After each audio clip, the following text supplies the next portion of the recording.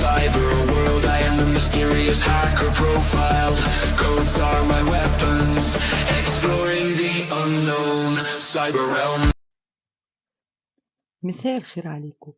بعد ما اتعلمنا في الفيديو اللي فات ازاي بنخلي النموذج يترجم سواء للأسبانية أو للعربية، خلينا النهاردة كده نجرب حاجة جديدة. هنطبقها على الكاستمر ريفيو ده، وهي إن احنا نترجم للغة الفرنسية. وتعالوا نشوف هنا بنفس الطريقة قلنا له الكاستمر ريفيو محطوطة ما بين XML تاج، وهنا هنطلب منه يترجم للغة الفرنسية.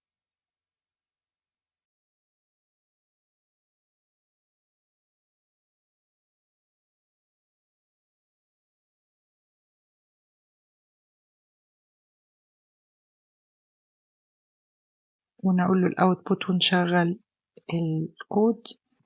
بصوا كده هنلاقي إن النموذج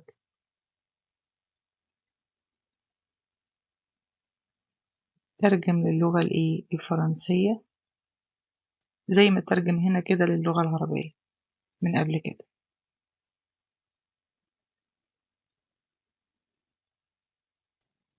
هنلاقي هنا إن فوق في الكود بتاع العربي ده احنا كنا بنقول له اعرض النتيجة من غير XML تاج، لكن هنا في اللغة الفرنسية دي لما طلبناه قلنا له اعرض ده XML تاج. اهي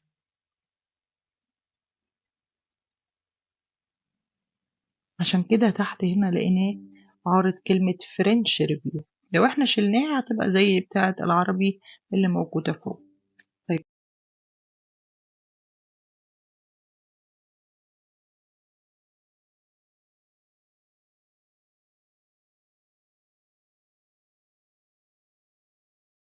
تعالوا بقى هنا نطبق على حاجة مهمة قوي، وهي إنه يحول اللغة السلانج لبزنس ليتر. يعني إيه؟ يعني يحول كأنه بيحول من العامية للبزنس. خلينا كده نشوف، هنكتب نفس الكود. هو هنا بصوا النص الأصلي مكتوب هاي مان كذا، يعني تحسه هو لغة عامية باللغة الإنجليزية صحيح، لكنها عامية أو مش فورمال. لما هنرن الكود هنلاقيها اتحولت لدير فلان I am writing عشان كذا، وفي الآخر هتلاقيه بيكتب sincerely فلان. وهو هنا حولها أو فهم السياق أو النص العامية اللي مكتوب بالعامية، وبدأ إن هو يخليه في نص مكتوب برضو بس بطريقة البيزنس. وبكده نكون النهاردة اتعلمنا حاجة جديدة. استنونا في الفيديو الجاي. أنا إيمان علي ودي سايبر توكس.